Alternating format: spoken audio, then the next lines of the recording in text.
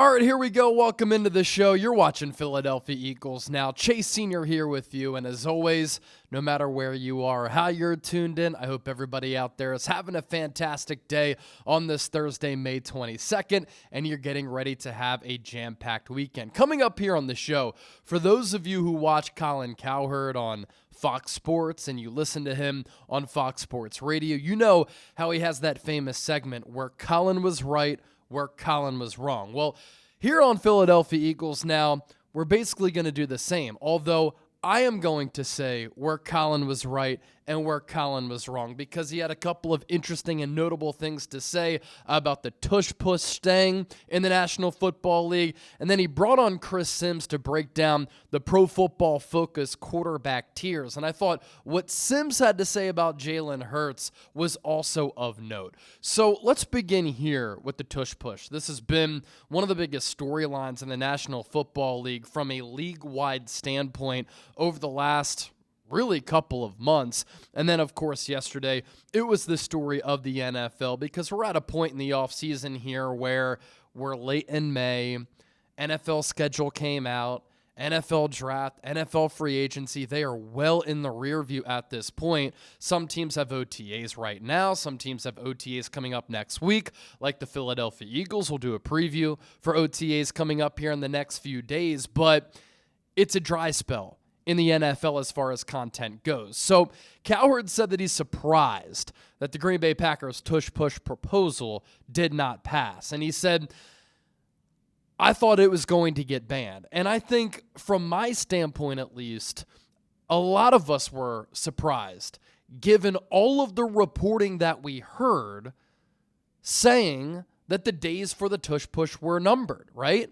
We heard Ian Rapoport, Adam Schefter, Dianna Russini, basically all hinting and firmly saying pretty much that the brotherly shove was going to be no more in 2025, and it was no longer going to be a legal play in the National Football League. And you think about the Rapoports, the Schefters, the Russinis of the world, and I know Dianna Russini's been on a little bit of a cold spell over the last couple of months as she's gotten a lot of things wrong, but these are people who are close to the NFL. They are very well sourced. And so the fact that this conversation and this ban got tabled goes to show that the NFL really wanted this play to get banned. But despite Roger Goodell's best efforts, the commissioner of the National Football League, to try to persuade teams to vote for the ban, the number did go up from a 16-16 split earlier this offseason up to 22-10.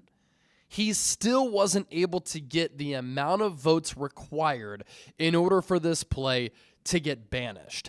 And shout out to the 10 teams who held firm. Shout out to the 10 teams who believe in creativity as far as play designs, play calling. And shout out to the 10 teams, obviously the Philadelphia Eagles included in that, who really had the same thought as myself here on this show, that just because the Philadelphia Eagles have dominated this play, just because they have perfected it, just because the Eagles have an offensive line that is littered with a plethora of all-pro and Pro Bowl players, and they have a quarterback who can squat 600 pounds, doesn't mean that they should be penalized and be victims just because of their success. Any other team across the NFL has the opportunity to run this play. Why don't they? They don't because they can't. They don't have the personnel as far as the offensive line. They don't have the quarterback who can execute this play to the level of efficiency that the Eagles can execute this play at. And I think it's pretty telling that a team like the Buffalo Bills, they ran it the second most times behind the Philadelphia Eagles. They have had some success with this play, but Jalen Hurts, part of the reason he's successful with this play is because he has such a strong lower half, but he's also a little bit shorter. So he can get really low, as you always see with his stance, and he's able to get really good leverage and a really good push with a lot of power in order to move the chains, score touchdowns, and move the pile. Josh Allen, on the other hand, he's a different quarterback, 6'5", 6'6", 240 pounds.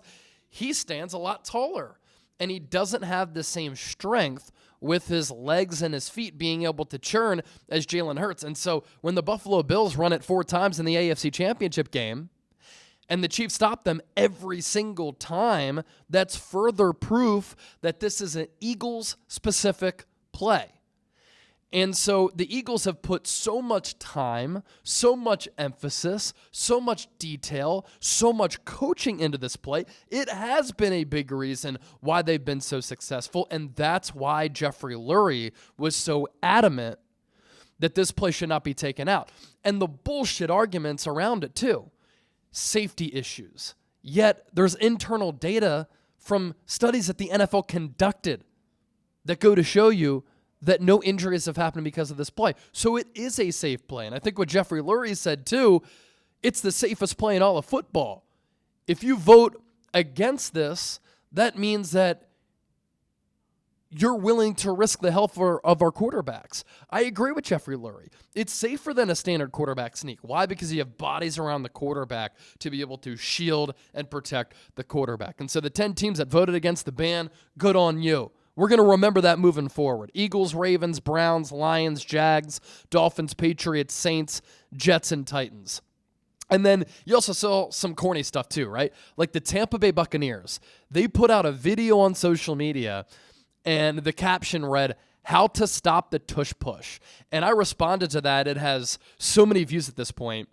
And I said, this tweet would be awesome if you didn't vote against, or if you wanted this play to stand. They voted to ban the play. So I said, this tweet would have been awesome if you didn't vote to ban the play. Like, you're trying to flex that you've had success with stopping this play. All right, yeah, you have. Todd Bowles has done a good job in stopping the brotherly shove, but you can't flaunt about it if you too wanted this play to be taken out. So a little bit of a quick rant there. Cowherd also said he thinks Jason Kelce was the difference in maybe convincing owners who were undecided about whether or not they were going to vote for this play or not vote for this play being taken out. And Cowherd said, yeah, I think Jason Kelce, really one of the differences here in this conversation. And Jason Kelce, you think about him, right? Big personality, very well-spoken. He can really command a room. He can get people fired up. Jason Kelce does a good job of getting people behind him, to rally around him. That's part of the reason why he was a team captain. He has that emotional intelligence element to him. But I agree. Jeffrey Lurie, what a flex to bring Jason Kelce with you. And for those people who were undecided about their vote, Jason Kelce goes up there and says, look, if I could run this play 60 times a game, I'd come back out of retirement. This wasn't the reason why I retired.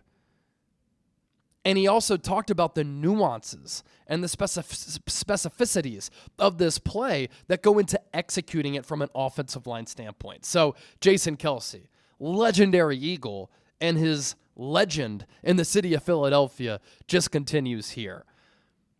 And I like what Cowherd said too. He said, Kelce tush pushed this proposal over the goal line to a certain degree. Cowherd also said, and this is a classic Cowherd reference, that the NFL is like a TV show. They care about entertainment and safety. And he said the tush push kind of violates both. It's dangerous and it's ugly. Couple of thoughts there. Everybody keeps trying to say it's dangerous, that there are safety concerns. Here's the issue. Why do people keep saying this when there is actual data that shows that this play is not dangerous? I just don't understand where people are getting this from. Maybe it looks dangerous, right? Because you have these offensive linemen who get low in their stance. They're very close to the ground. They kind of put their neck and their head down in order to get leverage for the play because that's the blocking technique.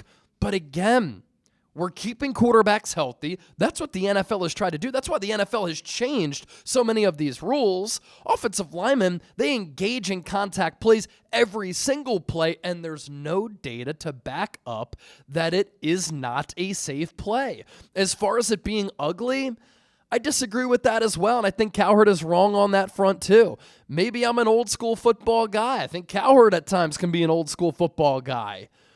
But this is hat on hat, big boy against big boy, brute force, physicality, trying to get a push.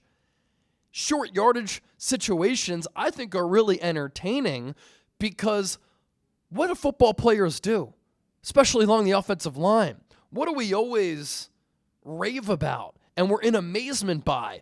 It's these guys being able to deadlift and squat and push insane amounts of weight. You see that on display with this play. And as far as the entertainment value, if Cowherd wants to talk about the NFL being like a television show, this is going to be highly entertaining. It's been one of the talking points of the entire NFL offseason, right? This was a huge deal yesterday when the Packers' proposal was shot down. Obviously, the Eagles had their proposal, so I've been talking about both sides here on the show. But any time now that the Eagles run the tush push, everybody in the stadium is going to rise to their feet. The broadcasters calling the game are going to make a huge point about this play.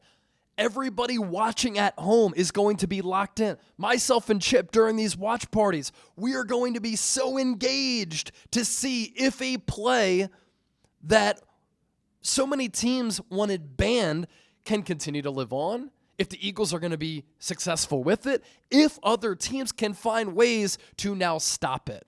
And so I think that this play is extremely entertaining given all of the baggage with it, all of the controversy with it, how the Eagles flaunt it. I mean, the Packers' proposal, it gets shot down. The Eagles' proposal to keep it made enough of an imprint on owners that it's going to continue to be legal, and who knows if it's going to be at their use in 2026. But now, when this happens in games, it is going to be so fun to watch, and that is the entertainment product, the dramatic element of the TV show that is the National Football League. As for these quarterback tiers from Pro Football Focus, so in Tier 1, no surprises here, Patrick Mahomes, Joe Burrow, Lamar Jackson, Josh Allen. Tier 2, Jalen Hurts at number 5, so they technically have him as a top 5 quarterback, Jaden Daniels, Matthew Stafford, Justin Herbert. Tier 3A is Jared Goff, Geno Smith, Brock Purdy. And Tier 3B is Jordan Love, Baker Mayfield, C.J. Stroud, Kyler Murray, Trevor Lawrence. I love seeing Dak Prescott there at 17. Finally, people are getting real about him. And then Tua Tagovailoa at number 18. Now, Cowherd said that C.J. Stroud, he thinks, should be in Tier 2. With the way that he played as a rookie, you can make that argument. I don't think C.J. Stroud played that well last year, but he did have to deal with a lot of injuries along the offensive line and a lot of injuries to a couple of his wide receivers. And so Cowherd agrees with Hurts being in Tier 2. I agree. I think when you win a Super Bowl, when you win Super Bowl MVP, when you've won as much as Hurts has won, when you've guided the Eagles to so much success, when you've been in the MVP conversation, when you've put up really good numbers, and you play your best in the biggest of games, which is what we judge quarterbacks on, especially Lombardi trophies, Jalen Hurts deserves to be in that conversation, to be in the top 5 quarterback. And so Pro Football Focus has him there. What's crazy is that Chris Sims said this. We have revisionist history a little bit. He won the Super Bowl, but everybody forgets about the 10 games before that. The passing game was the problem. A.J. Brown even said it. What's the issue with their offense? It's the passing game. And Chris Sims wants C.J. Stroud ahead of Jalen Hurts. Again, we're acting like Stroud is already a top 5 guy when he had a little bit of a sophomore slump. And you know what? I thought Bryce Young outplayed him toward the end of last year. And it's not like Bryce Young had a loaded team. Now, I give C.J. Stroud credit. He has won playoff games in back-to-back years. That's impressive. But C.J. Stroud ahead of Jalen Hurts, here's the other thing. It's almost as if the Eagles' passing game suffered a little bit and wasn't as much of an emphasis because the Eagles had the offensive line that they had and Saquon Barkley had the season that he had. If we're going to celebrate Saquon Barkley's accomplishments, which we should. He had the best single season in the history of the NFL. We have to also know that if you're going to lead the league in rushing, if you're going to make Saquon Barkley the focal point of your offense, yeah, the passing game is going to struggle a little bit. And so much about passing in the NFL and passing offenses, it's about rhythm. It's about flow. It's about feel. And Jalen Hurts at times would go long stretches without throwing, or in games wouldn't throw much. Now, he's been clutch, and when the Eagles have asked him to throw the ball in clutch situations, he's been able to do that. But I also think it's telling, too. The Eagles crushed it as far as their running attack last year, led by Saquon. A.J. Brown missed 3 or 4 games, still had more than 1,000 yards and was an all-pro. Devontae Smith still had an excellent season. Dallas Goedert, despite missing time, still was highly productive. And so this conversation about Jalen Hurts sometimes can just get so toxic.